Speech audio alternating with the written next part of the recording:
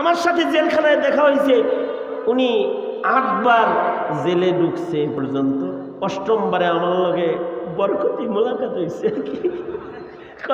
কত নম্বর বার? 8 নম্বর বার। লোকেরা কয় হুজুর এটা কিন্তু বড় ডাকাত, কয় এটা 8ম বার আইছে। গাঞ্জা খুঁজতে দেখা হয়েছে, এগুলো মানে গাঞ্জা খায়া খায়া রাস্তায় ফিট হয়ে থাকে, 15 বার 16 বার গেছে এরকম আইছে। কি অপরাধে গেছে? গাঞ্জা খাওয়ার অপরাধে। আর 8ম বার যে গেছে এটা হলো ডাকাতি করার অপরাধে গেছে। সে একদিন আমার কাছে আইছে, আমি হেরে বললাম ভাই আপনি কোন জুরুমের আসামি? আমি ডাকাত। আপনি নাকি বহুতবার জেলে আইলেন? কয় জি হুজুর। কতবার? এটা কয় 8 নম্বর বার।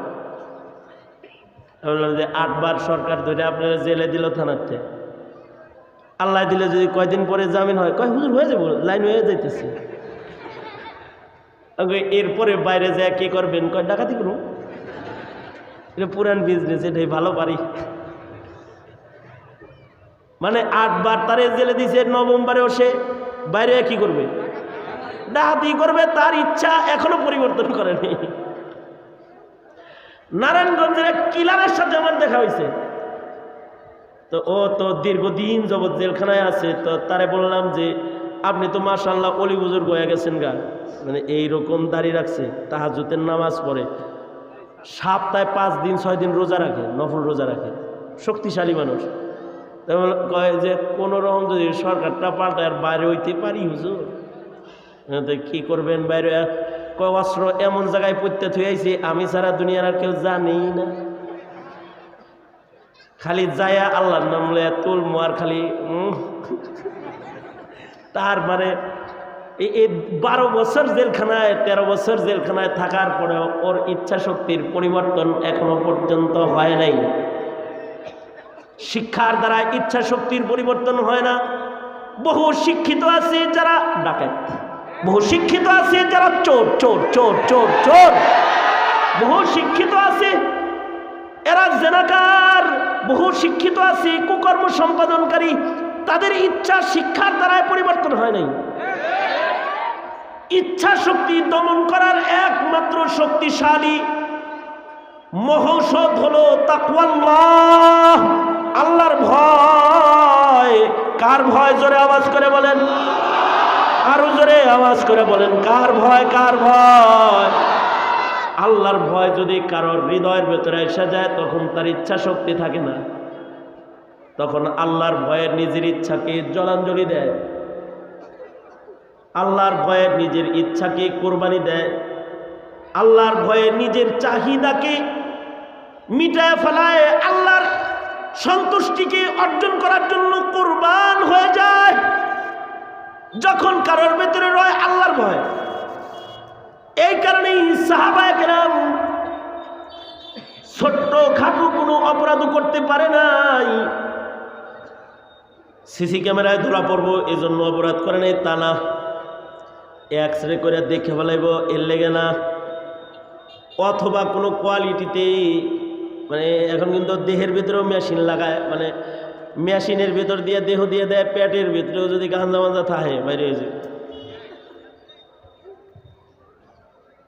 ইয়াবা ইয়াবা বাবা ইয়াবা, এটা জেলখানার ভিতরে ইয়াবা ঢুকায়। আমি বললাম জেলখানায় ইয়াবা কেমনে ঢুকে? চেক করে না ঢুকে? হুজুর এটা পলিথিন দিয়ে পেঁচায় পাশা দিয়ে দিয়ে তারপরে ঢুকে। যদি কোনো রকমে যদি খালি কারেন্ট না থাকে আর যদি স্ক্যানার মেশিন যদি কাম না করে তাহলে বাবা ঢুকে যায়, আর যদি স্ক্যানারে কাম করে তাহলে বাবা ধরা খাওয়া যায়। ধরা খাইলে কি হয়? বাড়ি খায়, কয় বাড়ি খেলে ওরা তো টানটুন মারে, তো বাড়ি বুড়ি ওগুলো কিছু হয় টয় না। তার মানে বলে স্ক্যানার মেশিন দিয়ে বাবার রপ্তানি আমদানি, এটা এক জায়গার থেকে আরেক জায়গায় পাঠানো বন্ধ করা সম্ভব হয় না।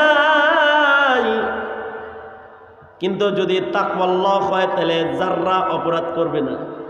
যেমন সাহাবায়ে কেরাম, যেমন আবু বকরের দিকে যদি একটু তাকাই, হযরত আবু বকর 3 দিনের না খাওয়া, 3 দিন হয় ওনার ঘরে চুলায় আগুন জ্বলে না। খলিফাতুল মুসলিমিন হযরত আবু বকর 3 দিনের না খাওয়া মানুষ, ওনার কাছে হঠাৎ করে রুটি গোশত ওনার গোলামের মাধ্যমে হাদিয়া আসছে, রুটি গোশত। একদিন না খায়া থাকলে তো ঘটি বাটি শুদ্ধা খায়া ফেলাইতে মনে চায়। রোজা থাকার পরে ইফতারের সময় কিরকম লাগে, তার ভেতরে যদি কোনো মানুষ 3 দিনের না খাওয়া থাকে আর তার সামনে যদি 3 দিনের না খাওয়া মানুষের সামনে যদি রুটি গোশত দেওয়া হয় তাহলে কিরকম আগ্রহের সাথে খাবে। হযরত আবু বকর প্রচণ্ড ক্ষুধার্ত আর উনি খাইতেছেন, লুকমা উঠাইছেন, খাবার সামনে পায়া খাওয়ান শুরু করছেন, চিবাইতেছেন। খাবারের লুকমা কিছু পেটের ভিতরে গেছে আর যিনি খাবার আনছে তার লোকে গল্প করতেছে, এই তোর বাড়িতে এত সুন্দর রান্না হয়েছে রে। এখন যিনি খাবার আনছে তিনি কয় এটা আমার ঘরের খানা না, তাই খাবার করতে আইছে, কয় এটা হলো হাদিয়ার খানা।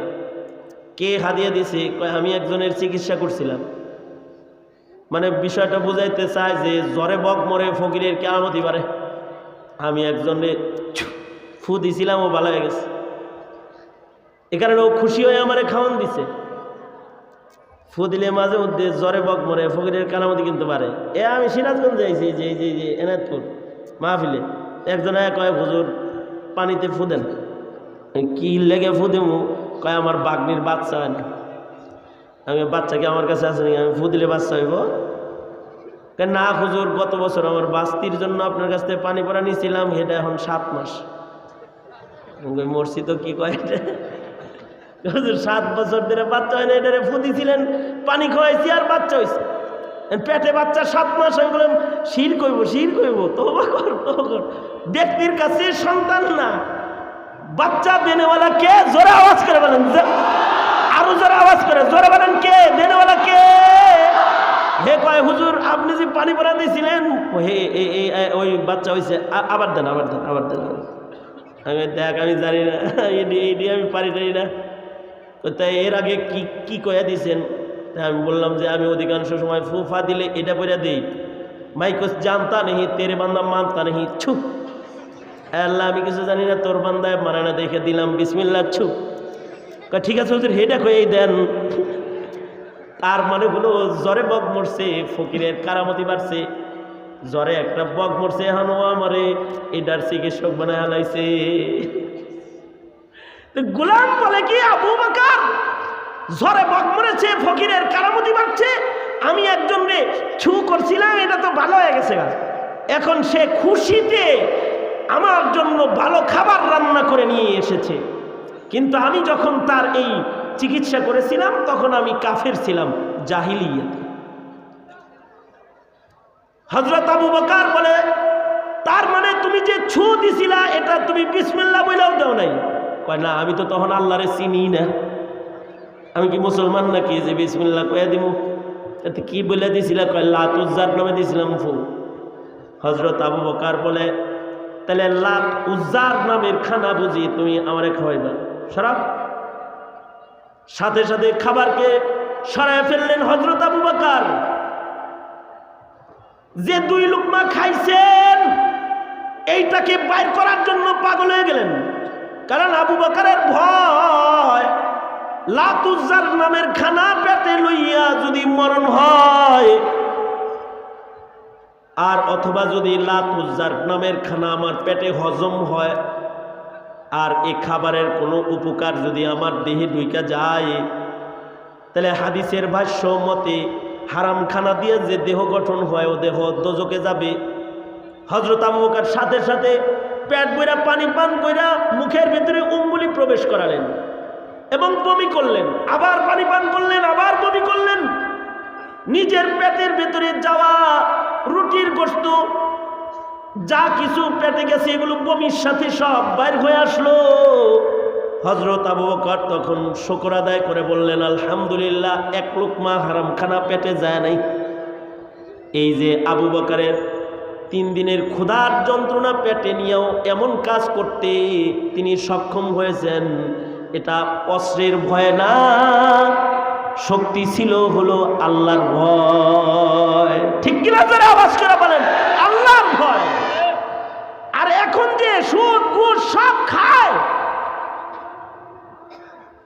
সমস্যা হলো আল্লাহর ভয় নাই। সুদও খায়, ঘুষও খায়। পূজার প্রসাদ বরকত মনে করে খায় মুসলমানের আওলাদ।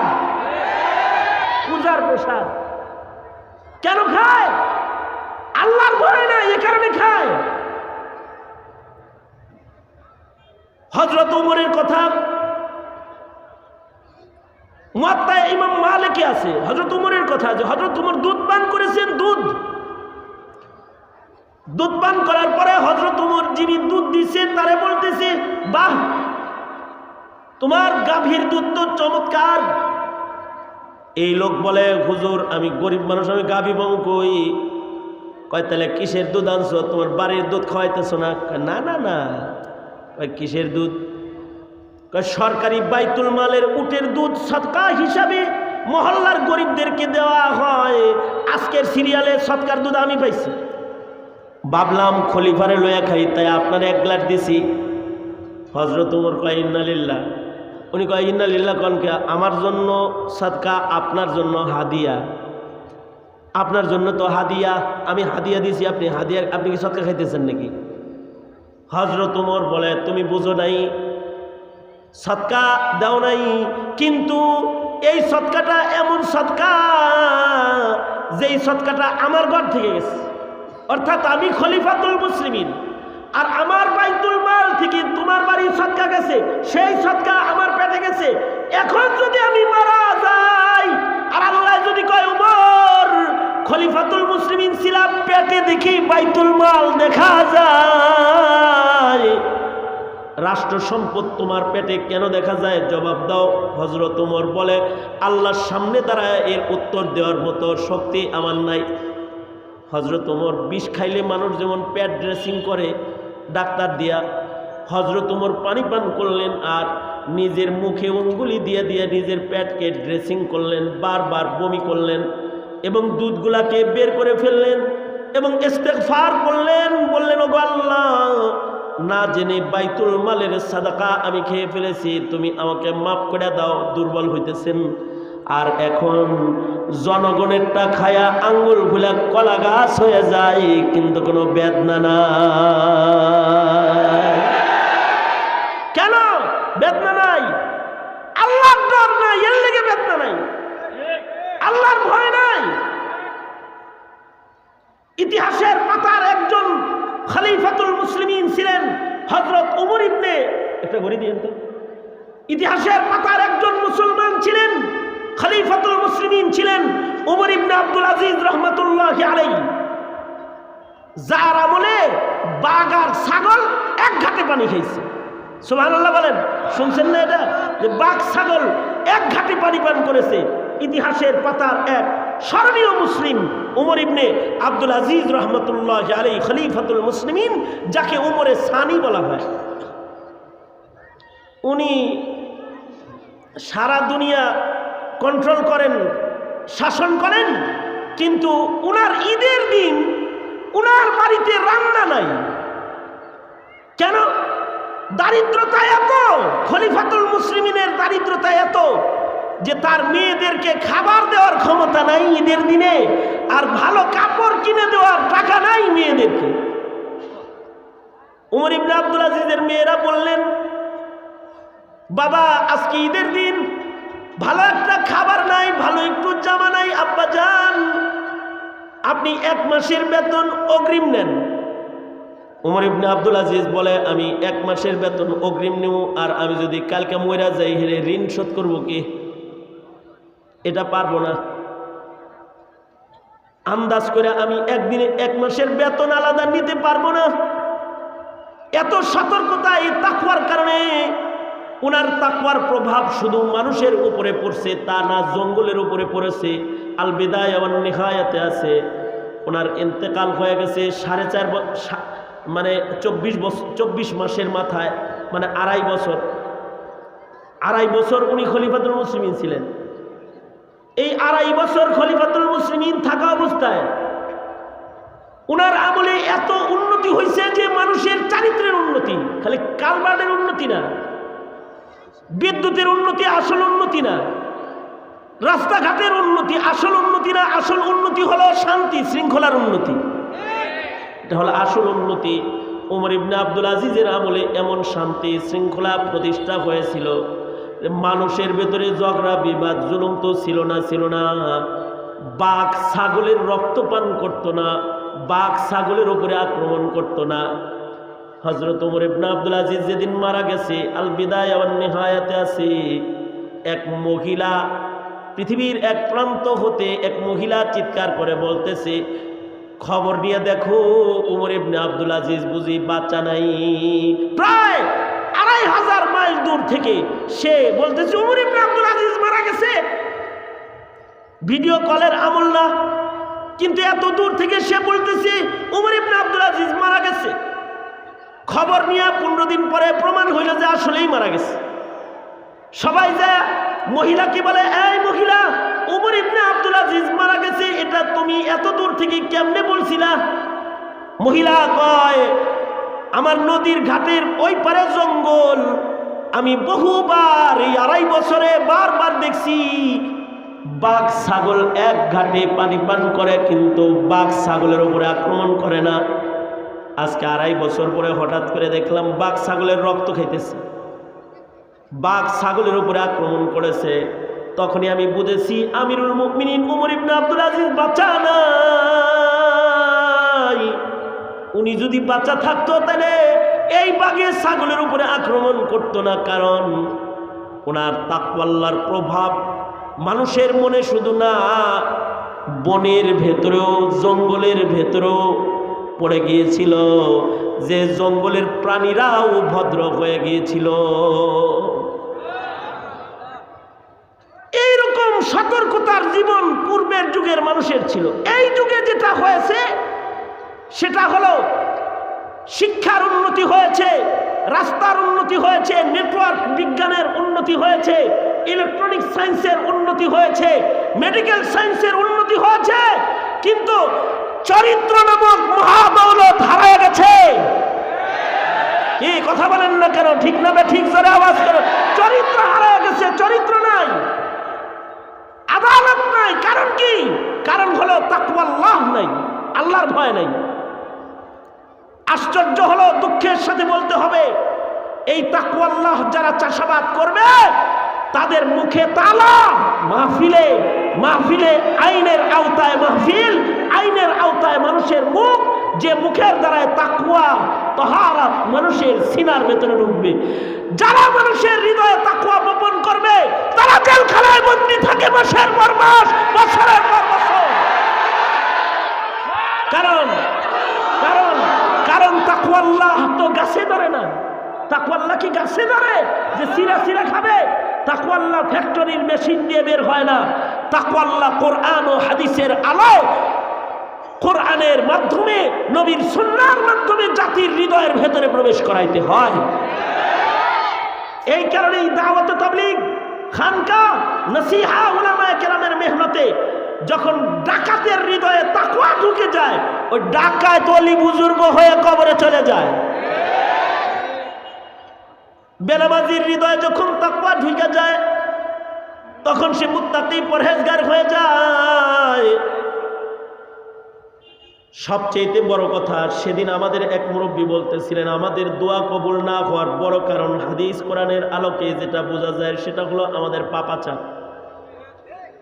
আমাদের গুনাহ খাতার কারণে আমাদের দোয়া কবুল হয় না। আমাদের জাহিরি গুনাহ, বাতিনি গুনাহ, গোপনের গুনাহ, প্রকাশ্যের গুনাহ, ঝড় তুফান এখন চলছে। এ কারণে আমরা দোয়া করি, কিন্তু আমাদের দোয়া কি হয় না? কবুল হয় না। ১৫০ কোটি মুসলমান মিলা আজকে ফিলিস্তিনের জন্য আমরা দোয়া করতেছি। হিসাব মতো ইসরায়েলের চতুর্দিকে যেই পরিমাণ মুসলমান আছে, সবাই মিলা থুথু দিলে ইসরায়েল বাইসা যাবে। সেই ইসরায়েল আজকে ফিলিস্তিনিদেরকে, নারী শিশুর উপরে অত্যাচার করতেছে, কিন্তু আল্লাহর মদদ আসতেছে না। হামাস যুদ্ধ করতেছে, মুজাহিদরা শহীদ হইতেছে, কিন্তু নুসরাত আসতেছে না। এর সবচেয়ে বড় কারণ হলো সারা দুনিয়ার মুসলমানদের ভিতরে গুনার ব্যাপকতা, পাপের ব্যাপকতা এসে গেছে, তাকওয়া আল্লাহ কমি এসে গেছে। যে মুসলমানরা প্রকাশ্যে দিবালোকে গুনাহ খাতা পাপাচারে ব্যস্ত হয়ে পড়েছে। মুসলমানদের পাপ আর গুনার কারণে এখন মুসলমানদের দোয়া এখন আর কবুল হয় না। আমরা দোয়া করি, আমাদের দোয়া কবুল হয় না। এমনকি সারা দুনিয়াতে কোনোতে নাজেলা পড়া হইতেছে, ফজরের নামাজে কোনোতে নাজেলা পড়ে দোয়া করতেছে ফিলিস্তিনিদের জন্য, তারপরেও দোয়া কবুল হইতেছে না। কিন্তু একটা সময় ছিল মুসলমানরা মুখ দিয়ে যা বাইর করত আল্লাহ তাআলা ওইটাই কবুল করে নিত। মুসলমানদের আজব দুয়ার দুটি ঘটনা শোনেন। একটা ঘটনা হলো হযরত ওমর, ওনার শাসন আমলে ওনার সামনে বাপ বেটা দুইজন আসছে হযরত ওমরের সামনে। ঘটনাটি ইমাম তাবারানী আদ-দুআ কিতাবের ভেতরে লিখেছেন, আর আল্লামা খারায়াতি মাকারিমুল আখলাক কিতাবের ভেতরে এই ঘটনাটা লিখেছেন যে হযরত উমরের সামনে দুই বাপ বেটা বসে রয়েছে। আশ্চর্য, বাপ বেটা দেখতে একই রকম, হুবহু ফটোকপি। হযরত উমর বলে, আজব তোমরা বাপ বেটা, তোমাদের মতো এমন আজব বাপ বেটা আমি আর কখনো দেখি নাই। হযরত উমর বলতেছে, তোমরা আশ্চর্য বাপ বেটা, যে তোমাদের মতো বাপ বেটা আমি ইতিপূর্বে আর কখনো দেখি নাই, এত মিল তোমাদের ভেতরে। তো আগন্তুক বলে, আমিরুল মুমিনিন, খালি আমাদের জিসমানি মিলটাই দেখলেন, রুহানি কিছু শুনবেন না? ইন্না হাযাল গুলাম লাহু কিসসাতুন আজীবাতুন। বাপে বলতেছে, এই যে আমার এই ছেলেটা, এই ছেলের একটা আশ্চর্য ঘটনা আছে। কি ঘটনা? কয়, আমার এই ছেলেটা যখন মায়ের পেটে আসছে, ও মায়ের পেটে যখন 6 মাস 7 মাস, ওই সময় যুদ্ধের ডাক এসে গেল, হাইয়া আলাল জিহাদ, চলো চলো যুদ্ধে যেতে হবে। লোকটা বলে, আমিরুল মুমিনিন, যুদ্ধের ডাক শোনার পরে আমি সাথে সাথে যুদ্ধে যাওয়ার জন্য প্রস্তুত হয়ে গেলাম, কিন্তু আমার নফস বলতেছে, বউ বাচ্চা রাইখা যাবি কে? কিন্তু দ্বীনের জন্য যুদ্ধের আহ্বান এসেছে, ইসলামের জন্য যুদ্ধে যেতে হবে। আমি প্রস্তুত হয়ে গেলাম, যুদ্ধে যাব। ঢাল তরবারি লইয়া যুদ্ধের দিকে রওনা করছি। এই সময় আমার বিবির সামনে দাঁড়ায় বলে, স্বামী, আমার কথা চিন্তা করি না, কিন্তু আমার পেটে যে বাচ্চাটা রাইখা যাইতেছেন এটার কি হবে স্বামী? লোকটা বলে, আমিরুল মুমিনিন, আমার বিবি আমার বাচ্চার কথা বললে আমি আমার বিবির পেটে হাত দিয়ে বললাম, ইন্নী আস্তাউদিউল্লাহ মা ফি বাতনিক, তোমার পেটে যা আছে এটাকে আমি আমার আল্লাহর কাছে আমানত দিয়ে গেলাম। এই কথা বইলা আমি যুদ্ধে চলে গেছি। লোকটা বলে, আশ্চর্য আমিরুল মুমিনিন, যুদ্ধের ময়দানে মাসের পর মাস আমি যুদ্ধ করতেছি, হঠাৎ করে খবর পেলাম যে আমার বিবিটা ইন্তেকাল করছে, এবং আমার সন্তান যেটা আমার বিবির পেটে রেখে এসেছি, সন্তান বিবির পেটেই আছে, প্রসব হয় নাই। মাসআলা মাফিক এলাকার লোকেরা আমার বিবি আমার সন্তানকে একসাথে দাফন করে দিছে এই কবরের ভেতরে। কিন্তু আশ্চর্য হলো, আমি যখন গাজী হয়ে কয়েক মাস পরে বাড়িতে গেছি, বাড়ি যেয়ে শুনি এলাকার লোকেরা কয়, এই তোমার বিবির কবরে তো আযাব হয়। আযাব কেমনে বুঝলা আযাব? কয়, আমরা রাতের গভীরে দেখি তোমার বিবির কবরে আগুন জ্বলে। আমি ভয় পেয়ে গেলাম, আমিরুল মুমিনিন গো, কিন্তু আমি চিন্তায় পড়ে গেলাম যে আমার বিবি তো খারাপ না, সে তো আগুনে পড়ার কথা না, কারণ আমার বিবি আবেদা, সালেহা, কানেতা, জাহেদা, মুমিনা, আশিকা, নামাজি, রোজাদার, পর্দানিশী। আবার সন্তান পেটে লইয়া আমার বিবি মারা গেছে। কোন মহিলা যদি সন্তান প্রসবের সময় মারা যায়, সে বিনা হিসাব জান্নাতি। অথবা যদি সন্তান পেটে কোনো মহিলার মৃত্যু হয়ে যায়, তাহলে সে হকমান শহীদ হয়ে যায়, শহীদই মরণ পাওয়া যায়। লোকটা বলে আমিরুল মুমিনিন, চিন্তা করতেছি আমার এমন নেককার বিবিটা কেমনে দোজখের আগুনে গেল। সচক্ষে মানুষের কানে না শুনে সচক্ষে ঘটনা দেখার জন্যে আমি একদিন রাতের বেলায় গুরুস্থানে যায় দাঁড়ায় রইলাম। আশ্চর্য, হঠাৎ করে গভীর রাত্রিতে মধ্যরাত্রে দেখি আমার বিবির কবরটা ফাঁক হয়ে গেছে, আর কবরের ভেতর থেকে আগুন বের হইতেছে, আগুনের ফুলকি দেখা যায়। আমি ভয় পায়া গেলাম যে আসলেই তো আগুন রে। বিষয়টা দেখার জন্য আমি আরো কাছে গেলাম, কিন্তু আলহামদুলিল্লাহ কাছে যেয়ে দেখি আমার বিবির কবরে ওটা আযাবের আগুন না, ওটা একটা বাতির আগুন, কুদরতি বাতি আল্লাহ কবরে জ্বালাইছে। আমার বিবির কবরটা প্রশস্ত একটা জান্নাতের বাগান। আমি পারে যায় দাঁড়ায় দেখি আমার বিবি তার সন্তানকে দুগ্ধ পান করাইতেছে। আমি কবর পারে দাঁড়ায় গেলে ইমাম খারায়াতি আদ-দুআ কিতাবে লিখেছেন, ইমাম খারায়াতি মাকারিমুল আখলাক লিখেছেন, আর ইমাম তাবারানি আদ-দুআ কিতাবে লিখেছেন যে এই লোকটা কবরের পারে দাঁড়াইছে, তার বিবি সন্তান কোলে লয়ে দাঁড়ায় গেছে। দাঁড়ায় কয়, স্বামী নাও তোমার আমানত নাও। ও স্বামী, দোয়া করলা, কিন্তু দোয়াটা খালি ছেলের জন্য করলা, ছেলের মার জন্য করলা না। যুদ্ধে যাওয়ার সময় সন্তানের জন্য দোয়া করলা, কিন্তু সন্তানের মার লেগে দোয়া করলা না। তোমার দোয়ার বরকতে তোমার সন্তান আল্লাহ হেফাজত করলো। অর্থাৎ ওগো আমিরুল মুমিনিন, আমি সন্তানটা বিবির কাছ থেকে কোলে লইলে সাথে সাথে কুদরতিভাবে কবরের মাটি লেগে যায় আর কবর বন্ধ হয়ে যায়। অর্থাৎ ওগো আমিরুল মুমিনিন, এটা আমার এমন সন্তান যে সন্তান আল্লাহ আমারে দুয়ার বরকতে দিছে, যেই সন্তানের জন্ম হয়েছে কবরের ভেতরে, যেই সন্তানের নার্সিং হয়েছে ফেরেশতাদের আওতায়, আর যেই সন্তান জন্মের পরে জান্নাতি মার দুধ খাইছে, আল্লাহু আকবার, জান্নাতি মার দুধ খাইছে। আর মুজাহিদ বাবা যুদ্ধের থেকে ফেরত আসার পরে জান্নাতি মায়ের কোল থেকে মুজাহিদ বাপের কোলে আসছে।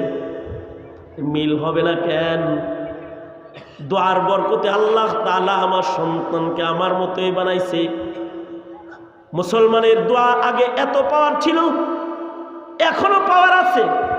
আল্লাহ তাআলা বইলা রাখছেন, লাউ আকসামা আলাল্লাহি লা আবাররা, হাদিসে কুদসি, যে আমার বান্দা যদি বান্দার মতো বান্দা হয়, আমার বান্দাটা যদি নিজের ইচ্ছা বাস্তবায়নকারী বান্দা না হয়, আমার বান্দাটা যদি আমার ইচ্ছা বাস্তবায়নকারী হয়, আমার বান্দাটা যদি আমার পছন্দের বান্দা হয়, আজও যদি আমার বান্দা মুখ দিয়ে কোনো কথা কয়, তার মুখের কথা বাস্তবায়ন করার জিম্মাদারি আমি আল্লাহর। আল্লাহু আকবার করে বলেন। এই যে আমাদের দোয়া এখন কবুল হয় না, তাদেরটা কবুল হয়েছে। অথবা আমরা যা চাই তা আমরা পাই না, কিন্তু আগের যুগের সাহাবায়ে কেরাম ওনারা যা চাইছে আল্লাহ ওনাকে মুখ দিয়া যা চাইছে তা দিয়ে দিছে, তাদের দোয়া কবুল হয়েছে। উহুদের ময়দানে দুই সাহাবী একসাথে হাত ধরে যুদ্ধে যাইতেছে। উহুদের ময়দানে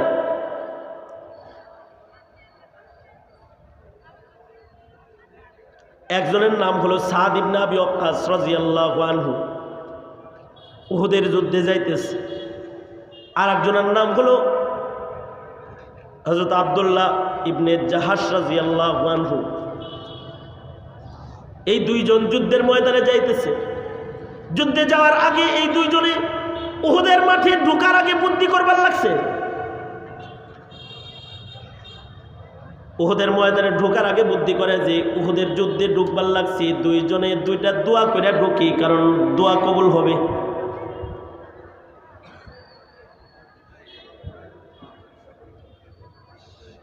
দোয়া কবুল হবে, একটু দোয়া করে ঢুকি। কিন্তু দুইজনে আবার বুদ্ধি করছে যে আমি দোয়া করবো, তোমারে শোনাবো না, তুমি দোয়া করবা, আমারে শোনায়ও না। যার যার দোয়া সে আল্লাহর কাছে কইবা। আমার দোয়া আমি বলবো, তোমার দোয়া তুমি বলবা, কিন্তু আমিন দুইজনে কমবো। চালাকিটা করছে কি, দোয়া করব একজন, কিন্তু আমিন বলবে কয়জন? দুইজন। কিন্তু একজন আর দোয়া আর একজন শুনবে না।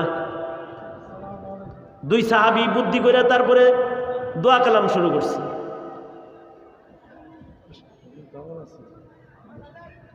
আসেন, ভালো আছেন? তো দুই সাহাবী দোয়া করবে, একজনের দোয়া আর একজনের শোনাবে না। এই মনোযোগ দেন, এই কথাটাই আমার শেষ কথা। দুই সাহাবী দোয়া করতেছে, একজনের দোয়া আর একজনের শোনাবে না, কিন্তু আমিন বলবে। তো দুইজনে দোয়া করতেছে, একজন মনে মনে দোয়া করছে, দোয়া করে কয় আমিন। সাথে যে সাহাবী আছে হে কয় আমিন। এবার সেও দোয়া করছে, এ কয় আমিন। একজনের দোয়া আর একজন শুনে নাই। কিন্তু এবার যখন যুদ্ধের ভিতরে ঢুকতেছে, তখন একজন আর একজনের কয়, আই তুই কি দোয়া করলি? আমি আমিন করলাম, একটু শুনলাম না। যুদ্ধে যায় যদি মইরা যায় তো তোর দোয়া কোন দোয়ায় আমিন করছি কইছি তাও জানবো না। কমাস কম কি দোয়া করছো একটু শূন্য ভিতরে ঢুকি। এক সাহাবী বলে যে আমি দোয়া করেছি, সাদ ইবনে আবি ওয়াক্কাস বলে যে আমি দোয়া করেছি, ও আল্লাহ আমি যুদ্ধে ঢুকবার লাগছি, তুমি আমার সামনে বড় একটা ধনী কাফেরকে সামনে এনে দিও। শক্তিশালী এবং ধনী একটা কাফেরকে যেন আমি হত্যা করতে পারি, আর যেন অনেক গনিমতের মাল আমি পাই, যা দিয়া মদিনার গরিবদেরকে আমি সাদকা করব, আর ইসলাম আমার মাধ্যমে বিজয় হবে। তুমি ওই দোয়ায় আমিন বলছো।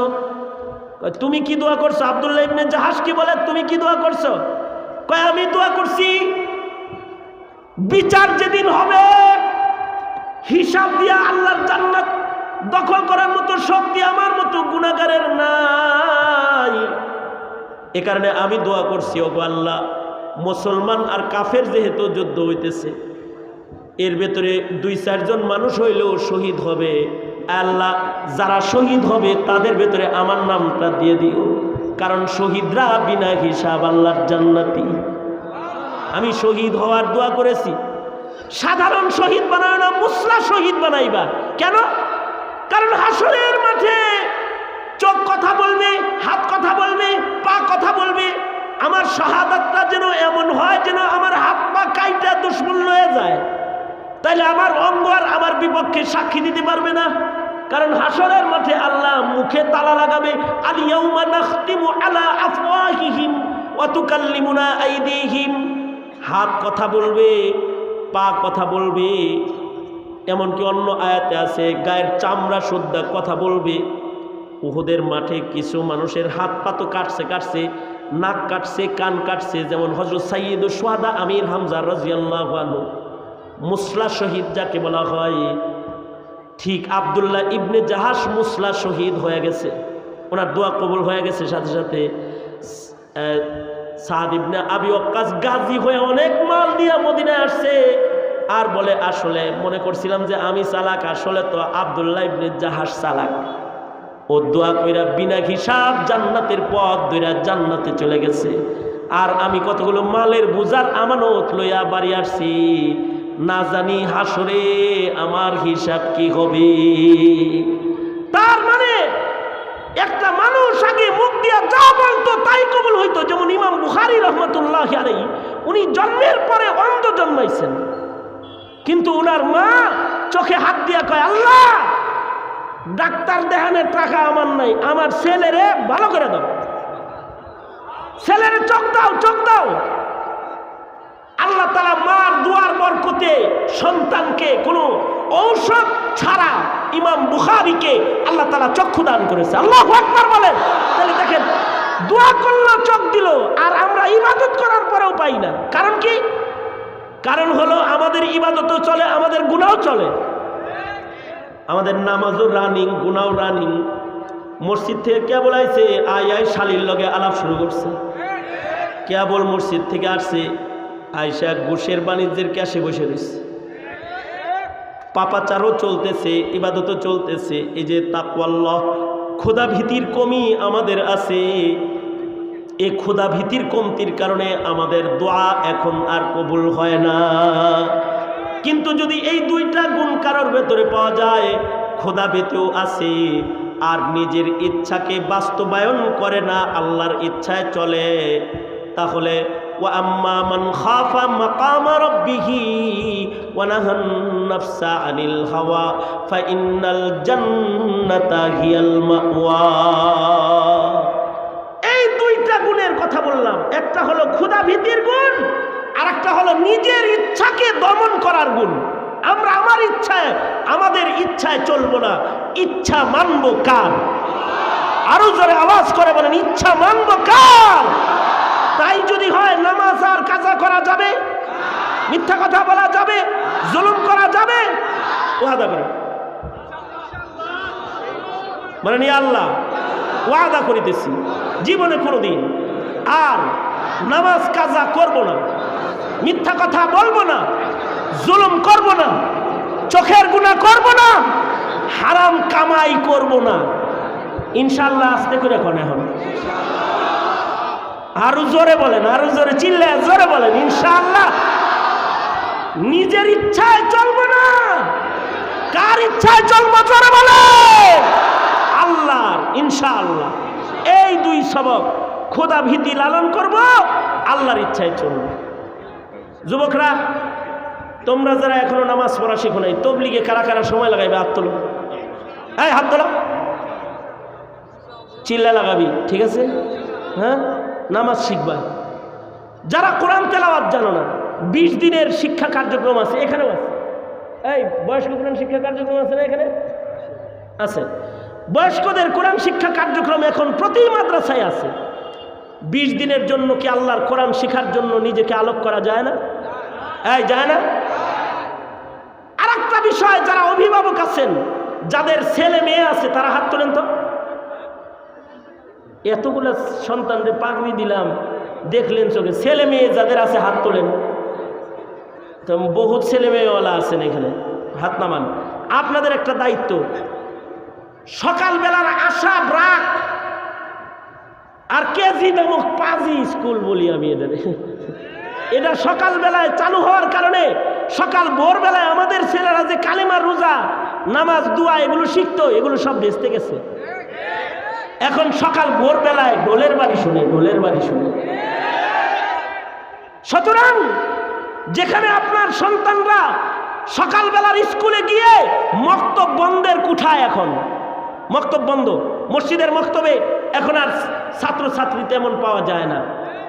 আপনারা বাপ মা যারা আছেন, তারা নিজের সন্তানকে কমসে কম 3টি বছর খণ্ডকালীন করে, এই কিছু ক্লাস আছে দুপুরে শুরু হয়, এখানেও আছে কিছু ক্লাস আছে স্কুলের বাচ্চাদের জন্য, যারা বাইরে স্কুলে পড়ে এখানে আবার এসে মাদ্রাসায় পড়তে পারবে।